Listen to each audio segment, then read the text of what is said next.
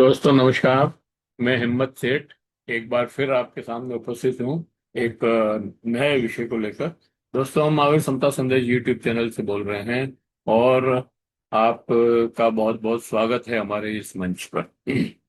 दोस्तों, खाड़ी युद्ध को चलते 37 दिन हो गए हैं। अमेरिका इजराइल ने जो हमला किया था ईरान पर, अब वो जबरदस्त परेशानी में फंस गए हैं क्योंकि युद्ध भयंकर रूप से फंस गया है।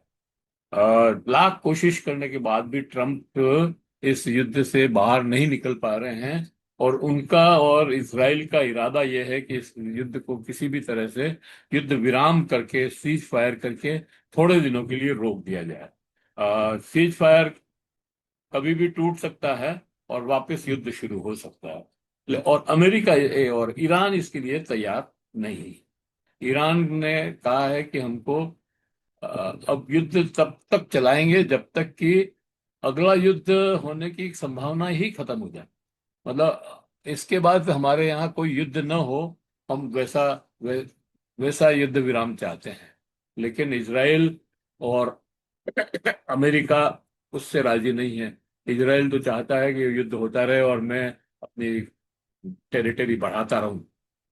अभी भी वो लेबनान में और घुस गया है और बफर जोन पे भी उसने कब्जा कर लिया है। नया बफर जोन बनाने की बात कर रहा है। तो हमेशा इसका यही रहा है। 1948 में जब उसको वो जगह दी थी, फिलिस्तीनी का कुछ भाग इसको दिया था, तब से वो बढ़ते बढ़ते 80% तक उसने कब्जा कर लिया है। और न केवल फिलिस्तीनियों का, बल्कि अ, जॉर्डन पे भी कब्जा कर रखा है। सीरिया में भी कब्जा कर रखा है, लेबनान में भी कब्जा कर रखा है, मिस्र पे भी है, सऊदी अरब, मतलब उसके आसपास जितने भी देश हैं उन सब पर कब्जा करके उसने एक नया नक्शा बना रखा है, ग्रेटर इजराइल। और वो ग्रेटर इजराइल इसी तरह से छोटे छोटे युद्ध लड़के 5 5 6 6 दिन 10 10 दिन युद्ध करता है, फिर युद्ध विराम कर लेता है। जब तक वो आगे बढ़ जाता है तब तक युद्ध रहता है। जब उसको जूत पड़ने लगते हैं तब वो युद्ध विराम कर देते हैं। तो इस तरह से मतलब वो आगे बढ़ रहा है। तो अब अमेरिका ने, मतलब ईरान ने उसके लिए मना कर। अब दोस्तों, इसराइल मतलब अमेरिका ने अभी 10 दिन के लिए युद्ध, मतलब हमले नहीं करेंगे पावर सेंटर्स पे, एक ऐसा ऐलान किया था। उसमें अब 48 घंटे रह गए। कल उनका एक हेलीकॉप्टर गिर गया, एक विमान गिर गया, एक पायलट गायब हो गया। इसके चलते वो बहुत खफा थे और उन्होंने फिर से ईरान को धमकी दी कि अगर 48 घंटे में तुम टेबल पे नहीं आए, बातचीत नहीं की, कोई डील नहीं की, तो आ, हम तुम्हें नेस्तनाबूद कर देंगे और पाषाण काल में मतलब ले जाएं। ईरान ने भी चुप नहीं रहने वाला है। ईरान ने भी उसी समय उनको जवाब दिया और उसने पलटवार किया और धमकी दी कि मिडिल ईस्ट के पावर प्लांट ही नहीं, पानी साफ करने की रिफाइनरियां भी नष्ट कर दी जाएगी, पानी पीने को नहीं मिलेगा, सब तरस जाओगे। इसलिए ये इस ख्याल में मत रहना कि तुम कुछ भी कर सकते हो। फिर उसने ये भी कहा कि हम जो है बहरीन वाला जो बहरीन और सऊदी अरब का जो काजवे से जोड़ते हैं वो पुल है, उस पुल को भी तोड़ दें। अ, इसके साथ ही उसने ये कहा कि भाई, अ, अगर ज्यादा अकड़ दिखाई और कोशिश की हमारे पर, हमारे पावर सेंटर्स पर और हमला करने की, तो हम फार्मूस तो हमने बंद कर ही रखा है, मतलब उसका तो हमारा नियंत्रण है ही है। तेल ले जाने का या व्यापार का जो दूसरा मार्ग है, बावेल मंडेल स्ट्रीट जो है, उसको भी बंद कर देंगे। हम हूती को कहेंगे वो 1 मिनट नहीं लगाएगा वहां पर, और कोई भी जहाज वहां से जाएगा उसको मिसाइल से ठोक देगा। तो ट्रम्प साहब के पास अब जो 48 घंटे उन्होंने कहे थे वो भी अब 24 घंटे रह गए हैं। 24 घंटे में भी कम हो गए हैं, समझो कुछ, या बढ़ गए, मतलब 24 घंटे में भी कम हो गए अब। और अब उनको जो है, लेकिन अभी लगता नहीं है कि ईरान टेबल पे आएगा। उसने अ, जबरदस्त बमबारी की है। बहरीन, सऊदी अरब, जॉर्डन, अ, सब पर उसने हमले किए हैं। दुबई, दुबई पे भी, हाँ, शारजा, दुबई, अबू धाबी, सब, जॉर्डन पे भी हमले किए। हमको लग रहा है कि अब ये शाम होते होते ट्रम्प साहब शायद और समय बढ़ा दें, क्योंकि उनके पास जो रिपोर्ट्स जा रही है, जो युद्ध की, वो मतलब बहुत ही विचलित करने वाली है, और आगे युद्ध बढ़ाने की उनकी संभावना हमको नहीं लगती है। क्योंकि एक तो F-15 गिर गया उनका, एक हेलीकॉप्टर, उसको सर्च करने दो हेलीकॉप्टर निकले थे, एक को तो वो वापस ले गए, और एक जो है वो भी डैमेज हो गया। आ, दो पायलट थे उनके, एक को तो उन्होंने रेस्क्यू कर लिया, लेकिन एक रेस्क्यू करने आया हेलीकॉप्टर, वो भी गिर गया।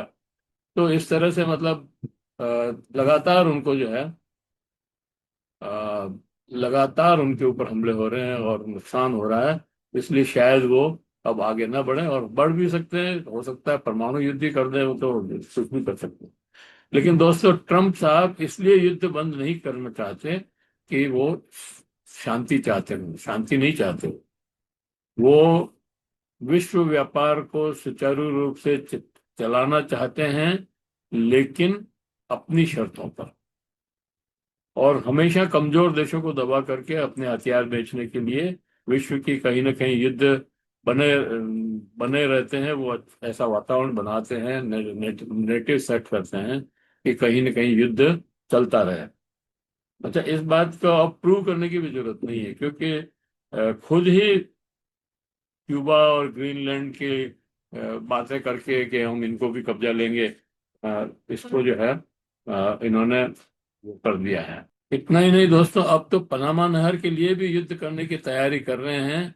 आपको मालूम होगा कि ट्रम्प साहब जब दूसरी बार अमेरिका के प्रेसिडेंट बने थे, तभी उन्होंने कहा था कि पनामा नहर पर कब्जा करने की बात कही थी उन्होंने। और आज और ग्रीनलैंड पे भी कब्जा करने की बात कही थी, और कनाडा को 51वां प्रदेश बना देंगे भी कहा था। पता नहीं उन्होंने क्या क्या कहा था, लेकिन अब ये बात सही हो गई है कि वो पनामा नहर पर कब्जा करने की बात अब फिर से शुरू कर ली है। गार्जियन, बीबीसी रिपोर्ट और अल जजीरा के माध्यम से नवभारत टाइम्स ने एक खबर दी कि चीन और अमेरिका पनामा के नियंत्रण को लेकर आमने सामने आ गए हैं। अमेरिका के बाद सबसे बड़ा ज्यादा इस जल मार्ग का उपयोग अपने व्यापार के लिए चीन ही करता है। अगर पनामा नहर पर संकट गहराया, तो भारत पर भी इसका बहुत बुरा असर पड़ेगा, क्योंकि जलडब्रू मध्य और बावेल मंडेल स्ट्रीट ईरान और उसका प्रॉक्सी हुती कभी भी बंद कर सकते हैं। तो फिर यही एक मार्ग रह जाता है जिससे हम अपना व्यापार कर सकें। तो इस फैसले के बाद वैकल्पिक मार्ग रह जाता है। विश्व का व्यापार और वैश्विक अर्थव्यवस्था में गर्त गर्त में चली जाएगी, अगर ये मार्ग भी बंद हो जाता है तो। अब पनामा नहर के पास चीन की अच्छी खासी मौजूदगी है। बंदरगाहों और टर्मिनलों में भी चीन ने भारी निवेश कर रखा है। नहर में नहर से सटे 5 बंदरगाह हैं, उसमें से दो को तो 1997 97 में ही चीन कंपनी एचिसन पोर्ट होल्डिंग की सहायक कंपनी संचालित कर रही है। पनामा के सुप्रीम कोर्ट ने जनवरी 2026 में एक ऐतिहासिक फैसला सुनाया। इस फैसले में हांगकांग स्थित सी के हचीसन सहायक company Panama port company PPC के साथ पनामा नहर के दो प्रमुख बंदरगाहों पर पाल्वो और टिप्टोबाल संचालन के को अवैध घोषित कर दिया है। अब इसको अवैध घोषित कर दिया तो फिर इनका तो बड़ा हो गया। इस फैसले के बाद के आने के बाद ने पनामा नहर ने इन इन बंदरगाहों पर पनामा नियंत्रण फिर से हासिल कर लिया है। चीन ने फिर से हासिल कर, भारत के लिए, क्योंकि पनामा नहर बेहद अहम है। अ, दरअसल अमेरिका अभी दो वजह से भड़का हुआ है। एक तो वह ईरान से खूब मात्रा में और सस्ता तेल ले रहा है, जिससे ईरान तनकर खड़ा है। इसके साथ ही ईरान से तेल डॉलर में नहीं, चीन की मुद्रा युआन में खरीद रहा है। सबसे बड़ी जो प्रॉब्लम है अमेरिका के साथ, अमेरिका ईरान को क्यों दबा रहा है और चीन के सामने क्यों खड़ा है, उसका सबसे बड़ा कारण ये युआन डॉलर है। पेट्रो युआन है, पेट्रो डॉलर, जो पेट्रो डॉलर की जगह लेने की कोशिश कर रहा है। अब ब्रिक्स में भी ये बात उठी है कि एक नई मुद्रा बनाई जाए जो तेल का व्यापार करे, तेल का व्यापार डॉलर में नहीं करेंगे। इस तरह की बातें पहले भी हुई है और इसी वजह से ये ईरान को दबाने का काम चल रहा है, क्योंकि ईरान भी ब्रिक्स का मेंबर है। वो अलग बात है कि भारत ब्रिक्स का अध्यक्ष होते हुए भी कोई कार्रवाई नहीं कर रहा है। चीन की मुद्रा युआन में खरीद रहा है, इसमें अमेरिका को पेट्रो डॉलर का काफी नुकसान हो रहा है। इसके अतिरिक्त अगर क्रूड ऑयल और केस का व्यापार अगर युआन में होने लगा तो अमेरिका की अर्थव्यवस्था को चौपट होने में समय नहीं लगेगा। बिल्कुल चौपट हो जाएगी अर्थव्यवस्था और उनकी हालत खराब हो जाएगी, क्योंकि इस इन डॉलर की वजह से उनको बैंक से लोन वगैरह भी मिल जाता है और दूसरे काम भी आराम से होते रहते हैं। ईरान अमेरिका युद्ध में चीन ईरान को लगातार लॉजिस्टिक और सैटेलाइट से तक की तकनीक से सपोर्ट कर रहा है। इससे ईरान ने अमेरिका को घुटनों पर ला दिया है। तो अमेरिका के विरोध भी अमेरिका के विदेश मंत्री मार्को रूबियो ने बृहस्पतिवार को आरोप लगाया कि चीन पनामा में झंडे वाले जहाजों को अपने बंदरगाहों पर रोककर उन पर आर्थिक दबाव बना रहा है। उन्होंने कहा कि पनामा नहर पर कब्जे की कोशिश से कूटनीतिक गतिविधियां बंद हो रही है बढ़ रही है। रूबियो ने कहा कि चीन का कदम पनामा के कानून के शासन के को कमतर करने की कोशिश है। पनामा एक संप्रभु राष्ट्र और ग्लोबल कॉमर्स के लिए वाइटल पार्टनर है।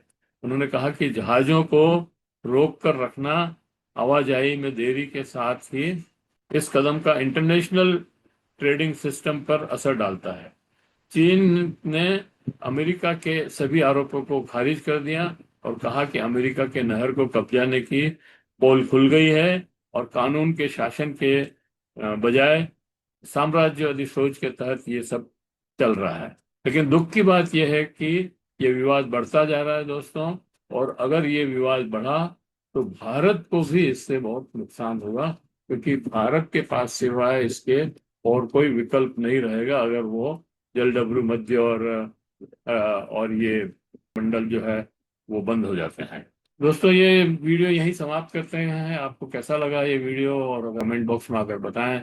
अगर आपने अभी तक भी हमारे YouTube चैनल महावीर समता संदेश को सब्सक्राइब नहीं किया तो सब्सक्राइब कर लें, बेल आइकन दबाना न भूलें, और कमेंट बॉक्स में जाएं, कमेंट लिखे सुझाव दें। आप कमेंट सुझाव में और बेहतर करने की ओर अग्रसर करेंगे।